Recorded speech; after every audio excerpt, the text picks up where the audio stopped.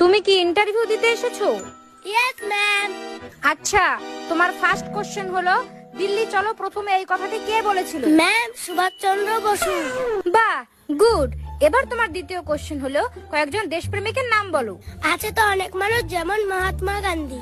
এবার তোমার third question হলো ভারত কবে স্বাধীন হয়েছিল? 1942 সালে হওয়ার কথা ছিল, কিন্তু হইতে হইতে 1947 সালে হয়েছে। এবার তোমার লাস্ট কোশ্চেন হলো আকাশে কয়টা তারা আছে? সেটা তো জানা যায়নি, কিন্তু বিজ্ঞানীরা গবেষণা করছে। এবার তুমি যেতে পারো। নেক্সট। কি কি কোশ্চেন করলো রে? কোশ্চেন তো মনে নাই, উত্তর মনে আছে। সেইটাই ক। 1942 সালে হওয়ার কথা ছিল, কিন্তু 1947 সালে হয়েছে। আমারে তো সে সোজা করে দিলি, এই দুইটাই কি আইছিল? না, আরো তিনটা আছে। তাইলে এখনো জানা যায়নি, বিজ্ঞানীরা গবেষণা করতেছে। সুভাষচন্দ্র বসু, মহাত্মা গান্ধী। যাই ইন্টারভিউ দিয়েছি। Good afternoon ma'am. আচ্ছা, তোমার নাম কি?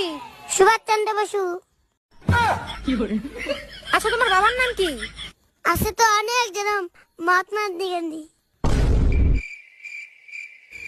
তাই তোমার জন্ম কবে হয়েছিল? 1942 সালে হওয়ার কথা ছিল, কিন্তু 1947 সালে হয়েছে।